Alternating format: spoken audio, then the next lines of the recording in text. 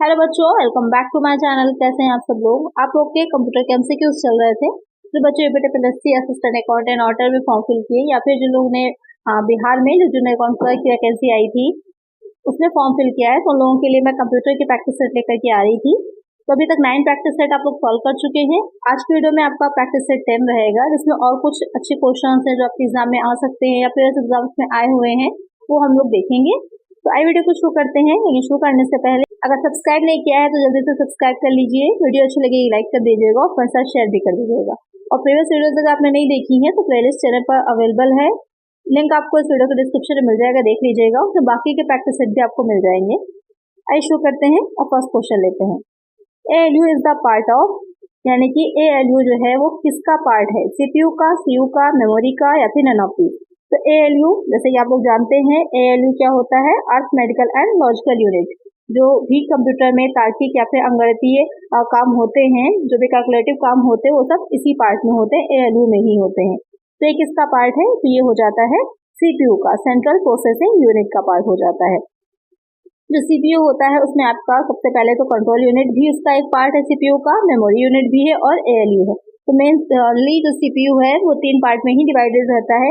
एक होता है आपका ALU, CU जो कंट्रोल करता है, और मेमोरी यानी कि जो भी आपने डेटा प्रोसेस किया वो सब इसमें स्टोर हो जाता है। तो ये 3 पार्ट रहते हैं। तो यहाँ पर का एक आंसर क्या हो जाएगा? ऑप्शन ए हो जाएगा।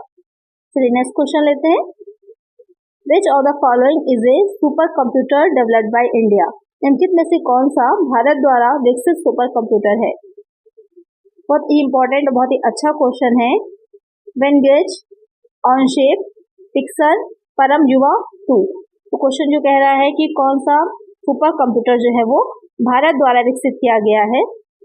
तो अगर हम बात करें कि इंडिया में, भारत में सुपर कंप्यूटर का स्टार्टिंग कब से हुई थी, तो 1980 के टाइम से ही दिल्ली में सॉफ्टवेयर के लिए और बैंगलोर में हार्डवेयर के लिए तथा फ्रेमवेयर के लिए पुणे में इसकी शुरुआत कर दी गई थी। और भारत द्वारा जो विकसित सुपर कंप्यूटर है वो परम युवा 2 है। तो ये आपका, इसको इस तरह से भी कहा जाता है, परम 8000 8000 इस तरह के नाम से भी लिखा होता है, कभी कभी सिर्फ परम के नाम से ही हो जाता है, लिखा रहता है। तो यहाँ पर एक आंसर क्या हो जाएगा? ऑप्शन डी हो जाएगा। नेक्स्ट क्वेश्चन है, which delivery mode is an example of a cloud computing environment that provides users with a web based email services? कौन सा वितरण मोड क्लाउड कंप्यूटिंग वातावरण का एक उदाहरण है जो उपयोगकर्ताओं को वेब आधारित ईमेल सेवा प्रदान करता है? Software as a service, platform as a service, computing as a service, infrastructure as a service. Question क्या कह रहे हैं यहाँ पर कि इसमें से कौन सा जो वितरण यानी कि डिस्ट्रीब्यूशन मोड है क्लाउड कंप्यूटिंग वातावरण से रिलेटेड है, वो उसका एक एग्जाम्पल रहेगा कि जो यूजर्स होते हैं उनको वेब पर काम करने के लिए या जो वेब पर बेस्ड होते हैं ईमेल सर्विसेज वो प्रोवाइड करवाता है, वो कौन सा हो जाएगा इसमें से? तो आपको हो जाता है सॉफ्टवेयर एज ए सर्विस। एक आंसर क्या हो जाएगा? ऑप्शन ए हो जाएगा। इसको शॉर्ट में कभी कभी अगर आप देखेंगे कुछ इस तरह से भी लिखा हुआ हो सकता है, तो फुल फॉर्म भी इसकी पूछी जा सकती है। तो यहाँ पर एक आंसर क्या हो जाएगा? ऑप्शन ए हो जाएगा। इसका मीनिंग ये रहती है मेनली कि जो सर्विसेज प्रोवाइड करवाई जा रही होती हैं, तो उसके लिए जो भी सर्विस लेना चाह रहा है उसको अलग से सॉफ्टवेयर डाउनलोड करने की आवश्यकता नहीं होती है। तो बहुत सी ईमेल आईडीज या बहुत से जो यूजर्स होते हैं एक साथ जो उस पर लोड हो रहा है, तो उसको समझ लीजिए एक हेल्प करने के लिए या फिर उसको सही से रनिंग में लेने के लिए ये सेवाएं प्रदान की जाती हैं। नेक्स्ट क्वेश्चन लेते हैं। In LMP the conference resolution is defined as the NLP में कॉन्फ्रेंस रेजोल्यूशन को परिभाषित किया गया है। Task anaphora resolution, task of determining a computer's logic, task of machine translation, task of finding all expressions that refer to the same initiative in a text. यहाँ पर question क्या कह रहा है कि जो NLP है उसमें जो कॉन्फ्रेंस रेजोल्यूशन है उसको किस तरह से परिभाषित किया गया है या किस तरह से उसे जाना जाता है। तो यहाँ पर उसे किस तरह से जाना जाता है? उसे एक टेक्स्ट में एक ही इकाई को संदर्भित करने वाले सभी अभिव्यक्तियों को खोजने का कार्य करता है। Task of finding all expressions that refers to the same initiative in a text. तो यहाँ पर जो NLP है वो होता क्या है? तो नेचुरल लैंग्वेज प्रोसेसिंग इसे कहा जाता है। तो या फिर कहीं पर से आप देखेंगे लिखा हुआ कि न्यूरो लिंग्विस्टिक प्रोग्रामिंग भी इसे लिखा जाता है कहीं कहीं पर। तो उसमें क्या रहेगा कि जो NLP होता है में जो को रेफरेंस रेजोल्यूशन है, एक टेक्स्ट जो होता है में एक ही इकाई को रेफर करता है या फिर उसका रेफरेंस में चीजों को बताता है, जिसमें कि जितने भी अभिव्यक्ति हैं उनको खोजना आसान हो जाता है या खोजने का ही कार्य करता है। तो ये बहुत से जो आपकी हाई लैंग्वेज NLP होती है, क्योंकि एक तरह की लैंग्वेज है तो AI में जनरली यूज होती है, इससे रिलेटेड क्वेश्चन मैं पहले भी सॉल्व करवा चुकी हूँ आप लोगों को। तो वहाँ पर क्या रहेगा कि जो हाई लेवल NLP होती है, कार्य होते हैं, तो वहाँ पर करने के लिए ये काफ़ी इंपॉर्टेंट होता है, या फिर इस तरह से समझिए कि भाषा की समझ इजीली अवेलेबल करवाता है, जिससे कि आसानी से जो भी डॉक्यूमेंट है उसका समरी निकाली जा सके या फिर उनके रिलेटेड इंफॉर्मेशन को एनालाइज किया जा सके। तो यहाँ पर एक आंसर क्या हो जाएगा, ऑप्शन डी हो जाएगा। तो नेक्स्ट क्वेश्चन है, which of the following is the correct full form of term DDA। यहाँ पर आपको DDA की फुल फॉर्म बतानी है। Digital display analyser, digital differential analyser, या फिर डिस्प्ले डिजिटल एनालाइजर, या फिर डिस्प्ले डिफरेंशियल एनालाइजर। तो क्या है DDA की फुल फॉर्म? इसकी फुल फॉर्म क्या हो जाती है? ये हो जाएगी आपकी डिजिटल डिफरेंशियल एनालाइजर। तो जितनी भी फुल फॉर्म्स अभी तक मैंने बताई हैं, आई होप आपने अलग से नोट करी होंगी। तो क्योंकि कोई भी आपकी फुल फॉर्म पूछी जा सकती है, तो वहाँ पर आपके लिए एक जहाँ पर आपने नोट कर ली होंगी तो इजी हो जाएगा इसको रिवाइज करना। तो ये होता क्या है, तो इसमें मेनली आपका क्या रहेगा कि ये लाइन के स्कैन, यानी कि अगर जो लाइंस लिखी हुई है उसको स्कैन करना है, तो उसको स्कैन करने में ये एक आपका काफी हेल्पफुल तरीका होता है। चलिए नेक्स्ट क्वेश्चन है, सूचना प्रौद्योगिकी के संदर्भ में नई उपयोगी जानकारी प्राप्त करने के लिए पहले से मौजूद बड़े डेटाबेस की जांच की प्रक्रिया को डैश कहा जाता है। Simulating, mining, resourcing, having. क्या कहा जाता है? तो यहाँ पर इसे माइनिंग कहा जाता है, कि जो ICT यानी कि इंफॉर्मेशन टेक्नोलॉजी रहती है, सूचना प्रौद्योगिकी है, उसके संदर्भ में कोई न्यू इंफॉर्मेशन है जो कि यूजफुल है, जानकारी है, उसको प्राप्त करने के लिए जो ऑलरेडी आपके पास डेटाबेस एक काफी लार्ज स्केल में एक डेटाबेस मौजूद है, तो उसकी जांच की प्रक्रिया करनी है, उसमें से आपको कोई इन्फॉर्मेशन निकालनी है, तो उस प्रोसेस को माइनिंग कहा जाएगा। एक आंसर क्या हो जाएगा, ऑप्शन बी हो जाएगा।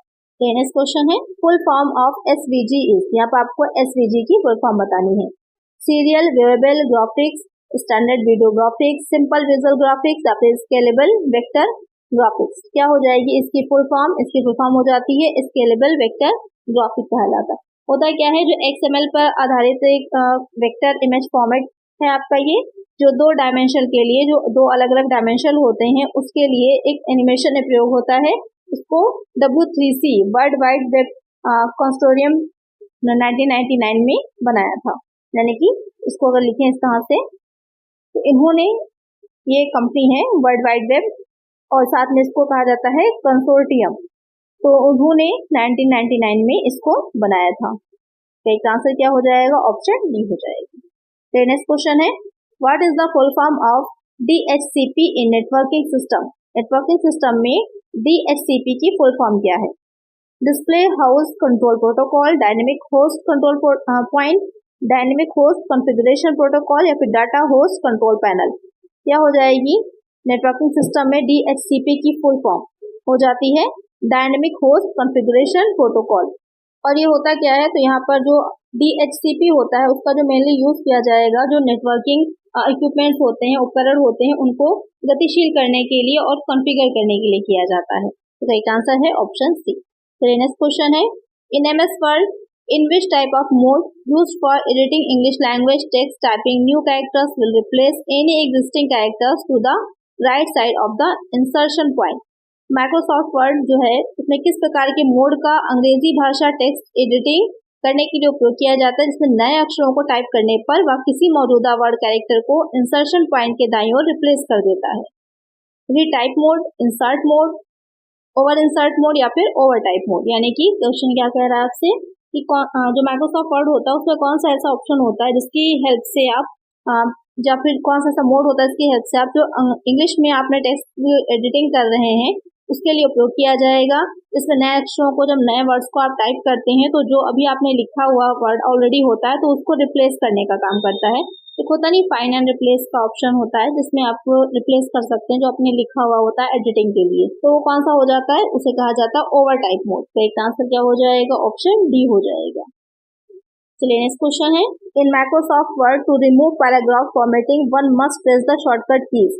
माइक्रोसॉफ्ट वर्ड में पैराग्राफ फॉर्मेटिंग हटाने के लिए कौन सी शॉर्टकट की जो होती है वो दबानी होती है? Ctrl+Y, M, Ctrl+J या फिर Ctrl+Q। यानी कि कंट्रोल के ही साथ है लेकिन आपको बताना है Y, M, J या फिर Q कौन सी यूज की जाती है। तो यूज की जाती है Ctrl+Q। कि जब पैराग्राफ फॉर्मेटिंग हटाना चाह रहे हैं तो वहां पर हम इस शॉर्टकट की का यूज करते हैं। तो नेक्स्ट क्वेश्चन है, the default zoom level in Word is set at. Word में डिफॉल्ट जूम का स्तर कितने पर सेट रहता है? 0%, 125%, 100%, 1%। तो वर्ड में यानी कि ऑलरेडी जो जूम का लेवल होता है वो कहाँ पर सेट रहता है? तो कहाँ पर सेट रहता है? बहुत ही सिंपल से क्वेश्चन है लेकिन कंफ्यूजन वाले हैं। 100% पर सेट रहता है, उसके बाद आपको जितना चाहे उसके अकॉर्डिंग आप उसको और जूम कर सकते हैं। चलिए नेक्स्ट क्वेश्चन है, which of the following is not an archive format. इनमें से कौन सा संग्रह प्रारूप नहीं है? यानी कि कहने का क्या मतलब है, आर्चिव फॉर्मेट इसमें से कौन सा नहीं है? टाइल, जिप, .xlsx या फिर रार। कौन सा नहीं है इसमें से? वो हो जाता है सी, .xlsx। .xlsx ये जो है आपका नहीं है, और ये किसका इंस्ट्रक्शन है? ये आपका एक्सटेंशन है। ये किसका है? ये आप लोग को कमेंट करके मुझे बताना है। मैं पहले भी बता चुकी हूँ आपको इसके बारे में कि ये किसी चीज का एक्सटेंशन है। तो ये किसका एक्सटेंशन है आप लोग मुझे कमेंट करिएगा। भाई बाकी तीनों जो है वो आर्चिव फॉर्मेट हैं, लेकिन ये आपका आर्चिव फॉर्मेट नहीं है, ये एक्सटेंशन है। चलिए नेक्स्ट क्वेश्चन है, which of the following is a tiny digital camera generally used in video charts और वीडियो कॉन्फ्रेंसिंग। वीडियो चैट या वीडियो कॉन्फ्रेंसिंग में उपयोग होने वाला छोटा डिजिटल कैमरा इनमें से कौन सा है? Joystick, light pen, web camera, MICR। बहुत ही सिंपल सा क्वेश्चन है, बहुत इजी है। जॉयस्टिक का यूज तो हम लोग गेम खेलने के लिए करते हैं। लाइट पेन का यूज जो होता है जो ड्राइंग वगैरह कर रहे होते हैं वहां पर होता है। MICR क्या है? मैग्नेटिक इंक कैरेक्टर रीडर है।